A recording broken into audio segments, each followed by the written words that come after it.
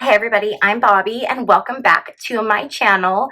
Today we are going to do something a little different than what we have done in the past, and that is we're going to do a reaction video. So I came across this video the other day on YouTuber Casper Site channel, which he has got some great videos. If you like my content, go check out his content because I think you will really like what he does. But I started to watch a reaction video of him watching this video and I thought, okay, stop. This video is insane and it's crazy, and I want to watch it and do a reaction video as well. So we're going to do that today. We're going to watch this video, and this was a video that was filmed by a gentleman named Boyd Bushman. And Boyd Bushman was a scientist, and he worked for Lockheed Martin. He had a super high military security clearance, and he worked with Area 51, and he worked with working with the different elements that are used in spaceships, and he has like all this proof of alien life in spaceships, and so it's crazy. The other thing I want to say really quickly before we go too far in is that I did search this guy out because I wanted to ensure that this was like good information that I'm giving you guys, right? Like I don't want to give you stuff that's not real. So I was looking, doing some research on him, and I actually found documents which I will include in the comment section down below if you want to go check them out yourself to read them. I always encourage you to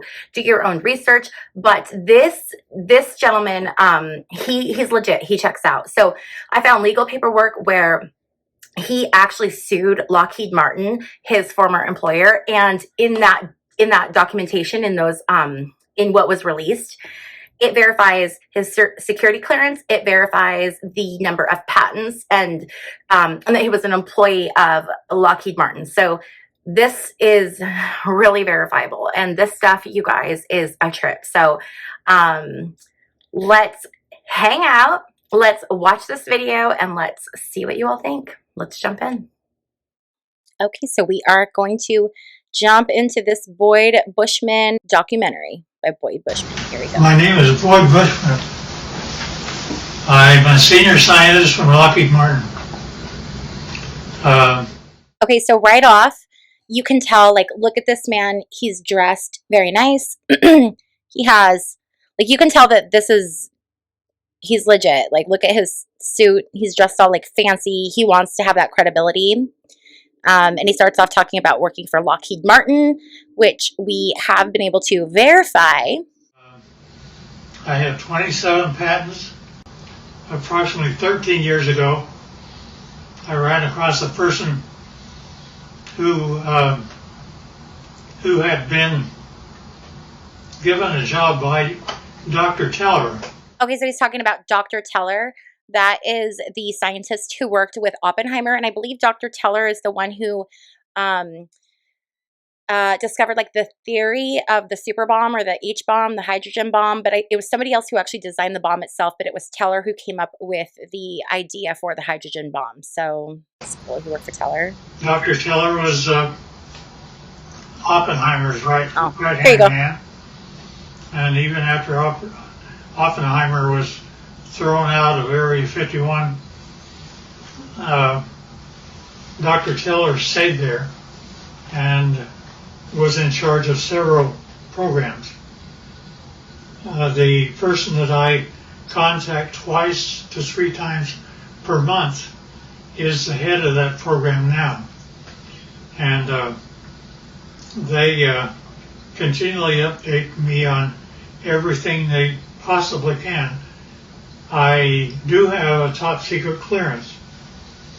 I choose, however, for their purposes, not to use it because the intelligent ones of me and me actually believe that a great deal of information should be lifted up from those dark recesses of Area 51 and moved over so people can see it. So that's what began about 13 years ago. Since I am a scientist, I do not believe in theory. I basically say follow the data theory be damned. Follow the data be damned. Verify by a physical test that something is true, then I do not care to accept it in that I present. Okay, so right off, he's talking about being data driven. He wants to see proof. He wants to be able to test it. I like that because I don't want to be told to believe something just because I should believe it. I want to see the data. So I love this guy already. Therefore, everything we present here will be data that comes directly from them through me to you. The subject of today there are those that are acquainted with the fact that there were Phoenix lights that occurred over Phoenix about 2 years ago. They were photographed, and those really turned out to be just blobs across the Phoenix sky.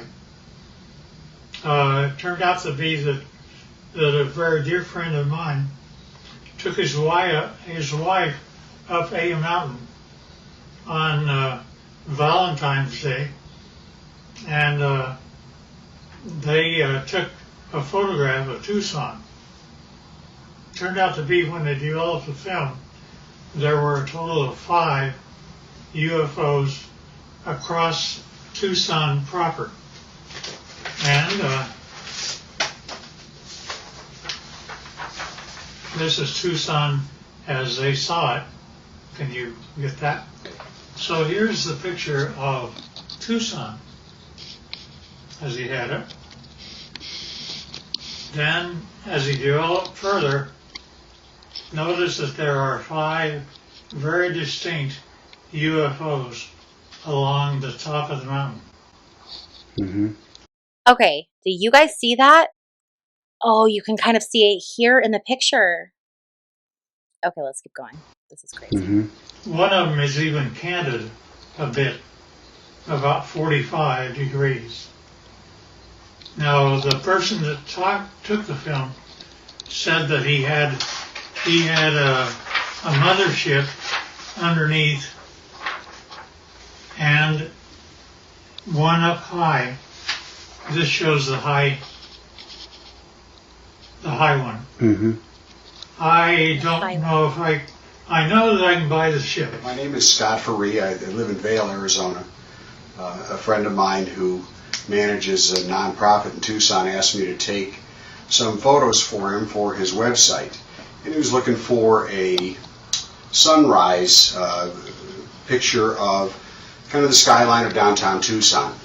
So I had gone out actually on Valentine's Day evening. I dragged my wife up to A Mountain so that I could go up there and just block out some shots, kind of plan the photos that I was ultimately going to take for that website. And so we got up on A Mountain just as the sun was setting. I set up my Canon 40D on a tripod, opened the shutter up fully. I really wasn't looking for picture quality. I was, like I said, I was looking to block out where I wanted to set the camera and the angles that I wanted to take. And so I started to click off some photos, and I had these set with a timer release on the shutter so I didn't get any camera vibration because the sun was starting to set. We were running into fairly low light. And I took, I don't know, it was probably 6 or 8 pictures. I figured I'd had enough that I could take a look at tomorrow, take a look at the next day and decide what I liked. So we went out to dinner that night, went home the following day. I uploaded these photos onto my laptop, and I noticed some lights that I really didn't expect to see up above the Santa Catalina Mountains. And upon closer inspection, and as I really ran out the contrast in the photo, I ended up with something that I still can't explain to this day. This is the original photo, and these lights were showing up just over the top of the mountain.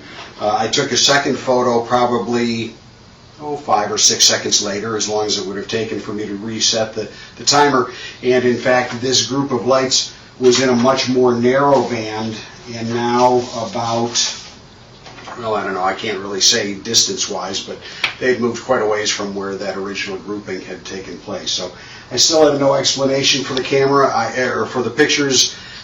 These images, these lights have not shown up in any other photos that I've taken. I'm at a loss as to what they might be, and certainly curious as to where those lights came from. They certainly are very, very similar images. Here's up and flying. Let me go through now on the ships. In order for me to believe it, I had to get blow-ups, and so here are two of them, which is turn it sideways. blown up much higher. Wow. And I think I have one that, yeah, you can see the 45-degree candidate UFO. Oh my God. Look at that. You can see it. It's so big compared to the mountain.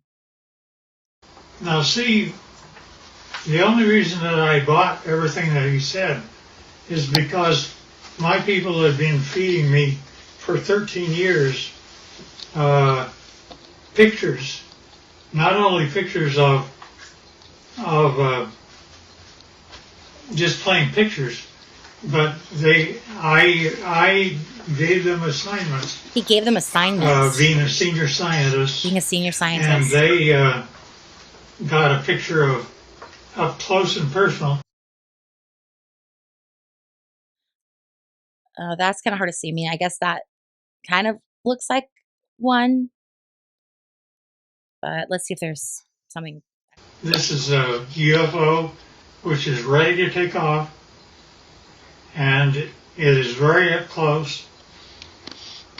And they inform me that there are three elements which the UFO is contained. One is telluride, the other is germanium, the other is palladium. Wait, did he say uranium? I did not say a metal once. Okay, if he said uranium, I don't know if that's what he said, but if he said uranium, that's very interesting because there is a lot of okay, the Pentagon has created their website, which is actually kind of a joke, but whatever, about reporting if you have a UAP. But if you go onto the Pentagon website to report your UAP, there's nowhere to do it. It doesn't work. But they have a map on there that shows all of the different locations where there is heightened alien activity. And it's very interesting because you'll see it over places on the globe where there are either a lot of nuclear, where there's known nuclear weapons or nuclear activity. And so you'll see a lot around, like, oh my gosh, Russia, Ukraine, United States, up and down the east coast of the US, well, on the west coast too, but in all of these different places. And the one thing that they have in common are nuclear weapons. What do nuclear weapons have? Uranium. So I want to research that a little more. I did not say a metal once.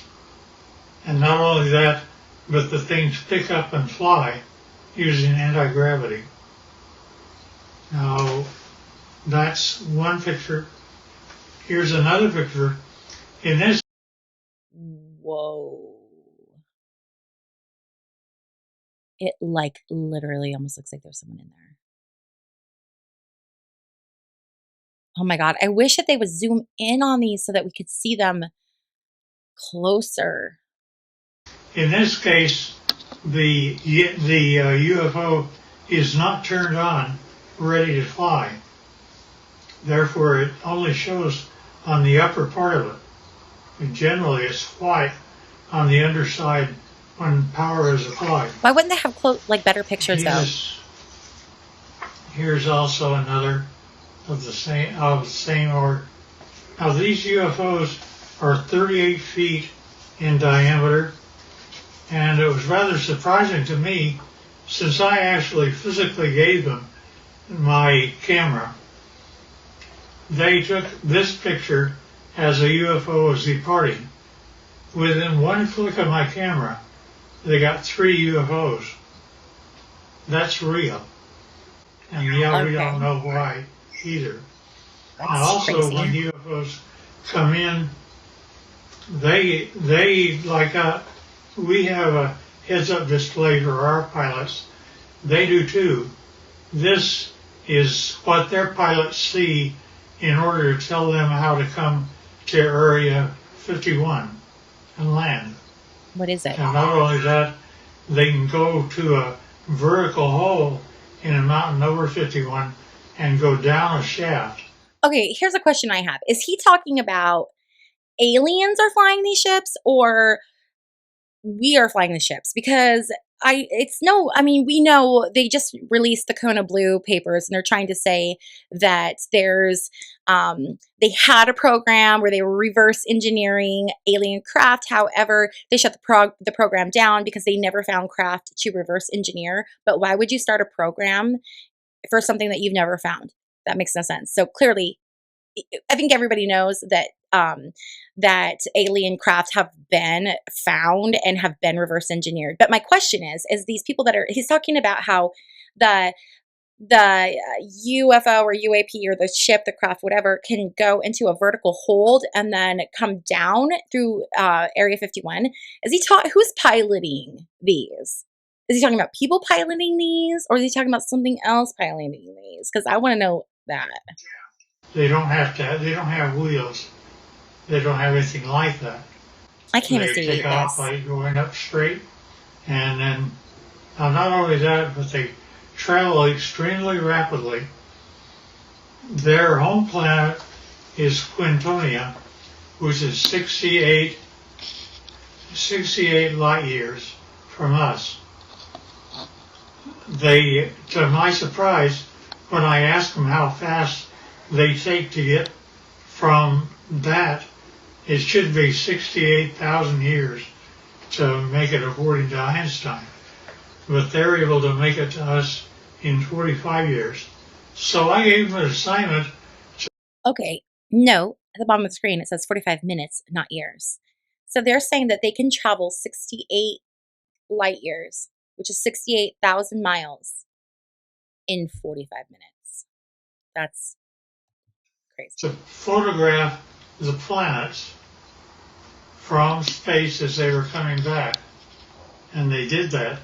What? And you see Jupiter and Saturn What? and Mars and Earth as it's seen by UFOs.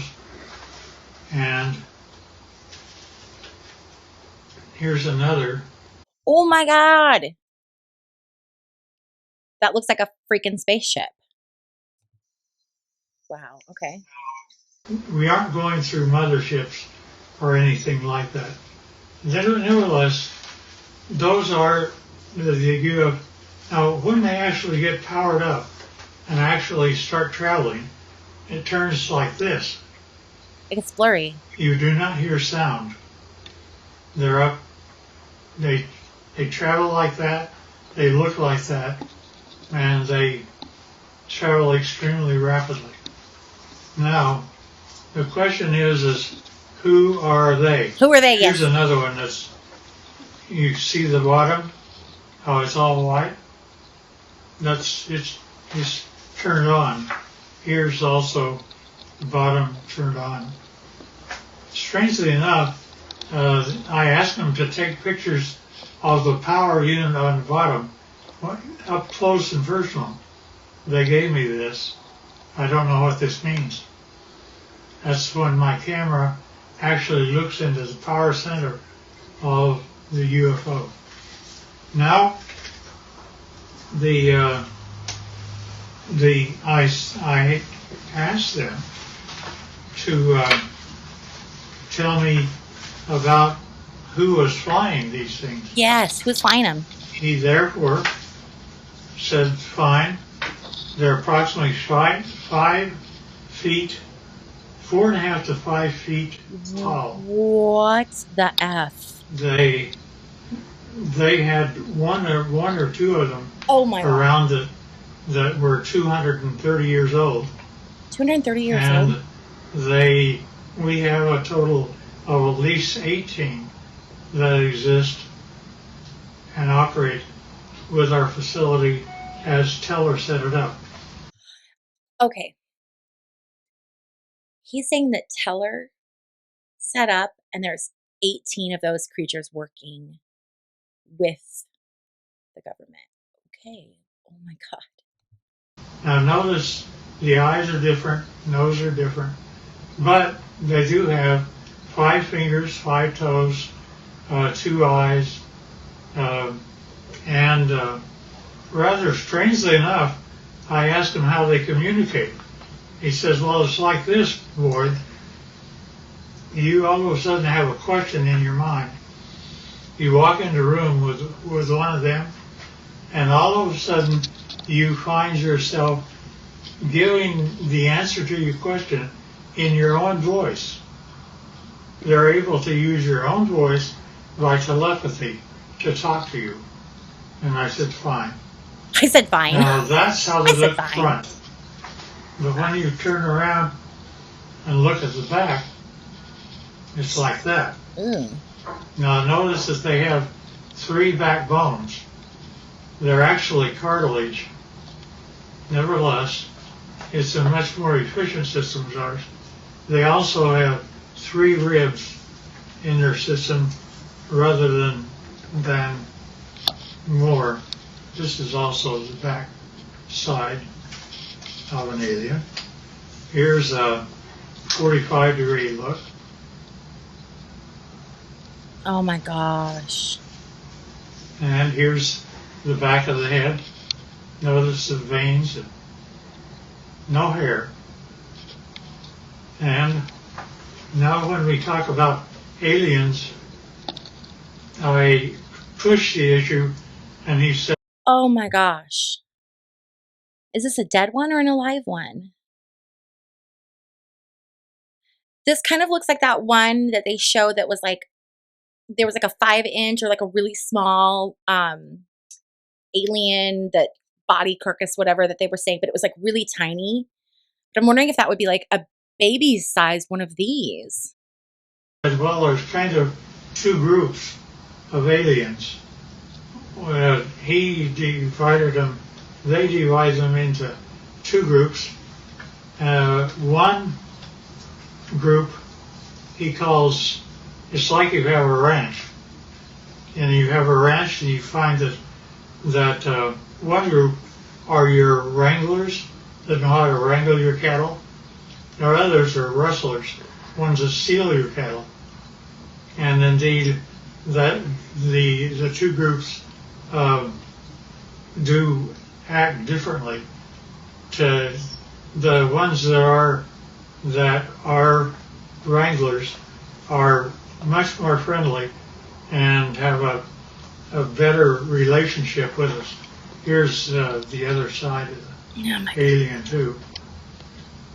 That's so crazy. Now also notice that their feet, where they have 5 toes, the toes are joined together like a frog, and Yeah. yet they are dissimilar. Now there was a surprising occurrence, and that is my friend had one of them that was a friend, and he died here. And 10 days after his death, I was out visiting my buddy who's in this picture. And if you look very close, you can see that his friend is in spirit form and right over his left shoulder. You can also see that the fingers are long, that there is something. We have an expression that basically say when a person dies, they stay around their body for 3 days and then go off, and they basically have the same thing that happens to them. Now, oh my God. Okay, so has this is crazy. This is like, he's just talking about how like the spirits and like what happens after you die, and like these are answers that people have been searching for. Like what happens when you die? They have the answers. The government has the answers to all of this. With respect to the Wow. alien craft, we have American citizens which are suited up like this, and they are working on UFOs 24 hours a day, and we're trying to learn what to do. These are two guys, two American citizens, and they're trying to protect themselves against germs and things like that.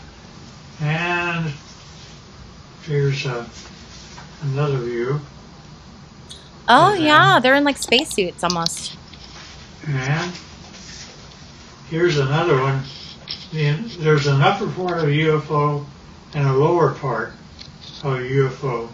This is the upper part, and it's just one of them up there.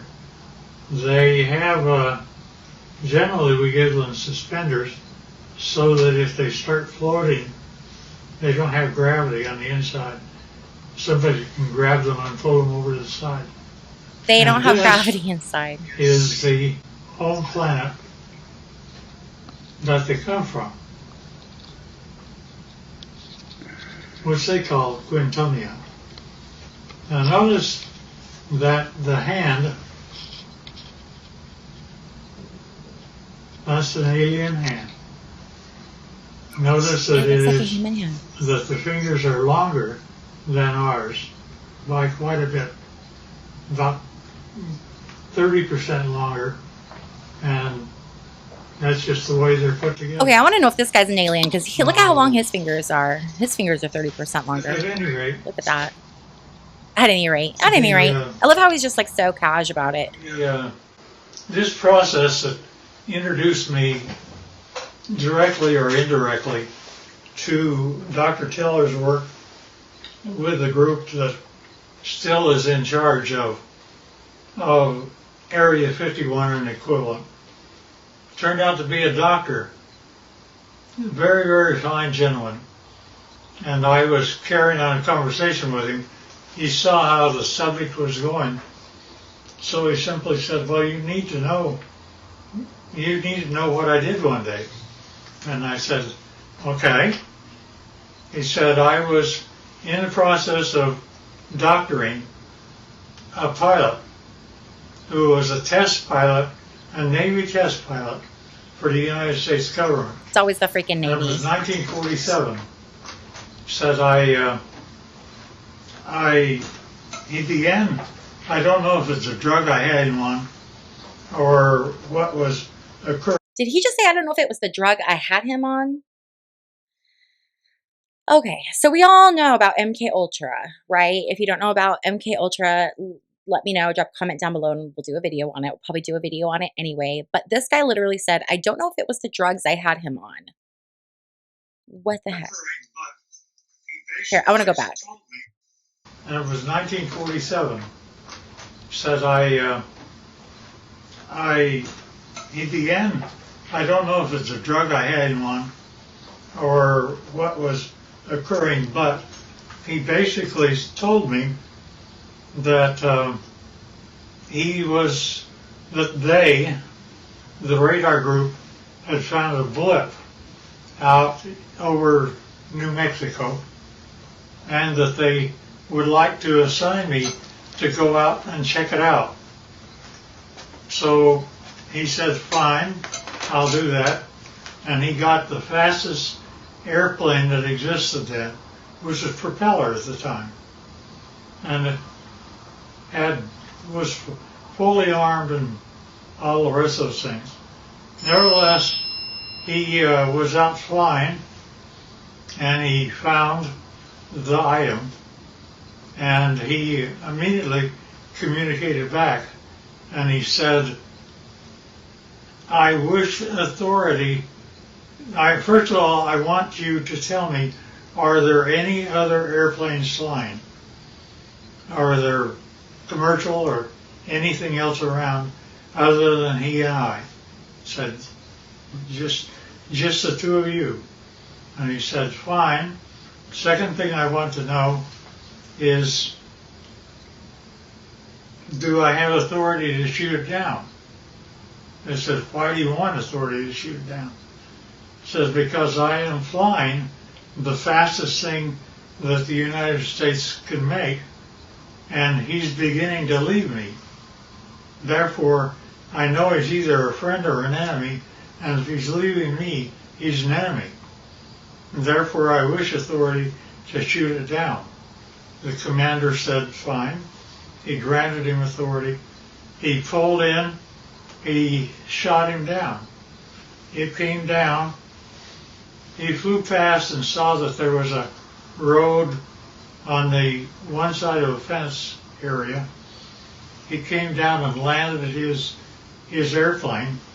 Hard to do, but he did. And then he cut across the fence. One of them, the door was open. One of them was out walking around. But he didn't care about that. He cared about what the vehicle was. So he went over. What? He didn't care about the aliens? And rather strangely enough, when he ducked down, because they're only 5 feet high, he saw that he could see through the walls. Not only that, but as he stepped in, the floor was spongy. He looked at the 3 that were there, and they were dead. He knew they were. He'd killed them. But he also knew that the military would come, and he had put up with those guys for a long time. So he went back across the barbed wire fence, got in his airplane, and took off. Therefore, he was never briefed out at all. And he didn't give my friend authority to allow me to know what his name was. I know, but I won't reveal it. Both of them should have been gone for a long time. Nevertheless, What did he mean? So Like they should have gone to when I, prison or something for shooting him down? when I got up with my contacts in Area 51, I brought up that story, and they said, well, that's totally true, but we can't say it, you can. And that's how they've kept me all this time, is I can talk about it, but they can't. I do, because of some very good reasons, keep things within control, but I don't want us to fall behind the Russians and Chinese. And the problem I have is that Area 51 is working with both the Russians and Chinese right now. What? And He just said Area 51 is working with both the Russians and the Chinese right now. See, there's so much stuff that goes on that we don't know. This is blowing my mind. I'm wondering if that event that he's talking about, I mean, he said it was in New Mexico in 1947. I'm wondering if that was Roswell. I'm wondering if that's what it is. trying to make UFOs, they have, there's been a total of 39 United States citizens that have lost their lives trying to reverse engineer. Okay, so that's interesting because I saw somewhere, I'm going to do more digging because I want this information, but I saw somewhere that in that Kona blue paperwork, or the, not paperwork, but the declassified documents that they're showing, or somewhere where they're showing that people are losing their lives working on these things. This is the second time now that I've heard it. So I'll dig more into that too, because it's like a recurring thing that people are dying working on these reverse engineering. Now, 39 people in a period of 60 years? No, 80 years. While every loss of life is, sad, that's a pretty good, 39 people in 80 years. It's not bad. UFOs. And the last one I heard of was a year and a half ago, where we lost 19 lives in one test. They actually wanted to bring various flying craft near the UFO, and the UFO defended itself, and 19 of our people died. Now, they kept giving me things rather than, they would give me pieces of UFOs and I would come to my laboratories. I had the laboratories of Lockheed and every place else. So I would do that, but I would get pieces of UFOs. For example, He's a piece of a UFO. I have 3 little pieces of UFOs down underneath the thing that looks like a quartz crystal. Yeah. Notice that that is my hand, and it is giving weight. It says that it weighs 100 grams. Now, without those 3 items, when I take the UFO material away, notice that the 3 UFO items are gone. Wait, what? But also notice that the weight of the crystal is now 650 grams. The implication here is that if I were to take the pieces of UFO and put them underneath an average man's scale, he would weigh 45 pounds. Basically, they're working in anti-gravity. Anti-gravity, And yeah. therefore, our effort is anti-gravity. You know, Bob Lazar was talking about an element. Was it element 115 or there was a 110? I think it was 115. But Bob Lazar was talking about this element that they were using for this. And I'm wondering if this is like this is, I wonder if that's like this material. Now, not only that, but we take these same pieces of items and I go to a standard voltmeter and notice that in my voltmeter I am getting a total voltage of 249 volts out of one piece of UFO. Not only that, but the team took a piece of UFO and connected it up like this and was able to have a complete laboratory operate for 6 months with heavy equipment. And it goes all the way up to 12 amperes. And Wow. Since you didn't really get this before, here's The the foot? foot Yeah. with the toes joined together. It looks like skin. It looks like human skin. And this is a better view of the same. Now notice also, this is the body of an alien, and where we have 6 ribs that are connected together, they have 3. And the total height is less than 5 feet. And they still look like this, They're kind of cute. not like you and I. Nevertheless, so we're able to obtain voltages and anti-gravity, and anti-gravity appears several ways, which is rather unique and nice. Scotty talked about UFOs. I basically said, yeah, I understand, because here is what Area 51 was giving to me since the year 2000 and beyond. Notice it's recent. What?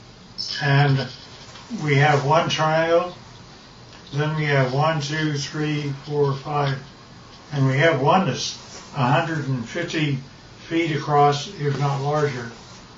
And each one of these are separate documentation of UFOs that were photographed and taken And taken. Across the world. Taken across the world or taken? The year 2004. Now, It's got when you actually trifolds. get what that all means is a UFO, when it's white on the underneath side, is ready to fly like that. And it's anti-gravity, that's the reason you don't hear anything. But when it's just parked means just floating in air. It could be above your house, like this, and this. This turns out to be the heads-up display that the aliens see of how to go to Area 51 and store their craft. Nevertheless, this is what the craft look like. That's how they change power. And notice that here's an egg-like thing, but it's standing on end only because it has no gravity itself. And that is a piece of UFO germanium. And this little dot is a piece of neodymium magnet, which is above the germanium, and it's floating all by itself. And that again is a UFO. And we don't know why, but the crystal appears to be colored rose, and we can't figure out why yet. There's a whole batch of analysis that we're having to do. Alien, side view, front view, top view, line. Okay, so is that why they can't get solid pictures of them? Because, so I've always wondered, like, why people say, like, in this day and age of cameras and cell phones, like, why are there no pictures? Why don't we have more proof? What I'm wondering is because, like, looking at the lights that were like the Phoenix lights, they looked a lot like this kind of just lit up blob. So I'm wondering if the energy puts it into like almost like a masking where it can't be seen, or what's happening with the energy in the craft makes it just difficult to photograph. And that's the power center of palladium in the middle of the craft.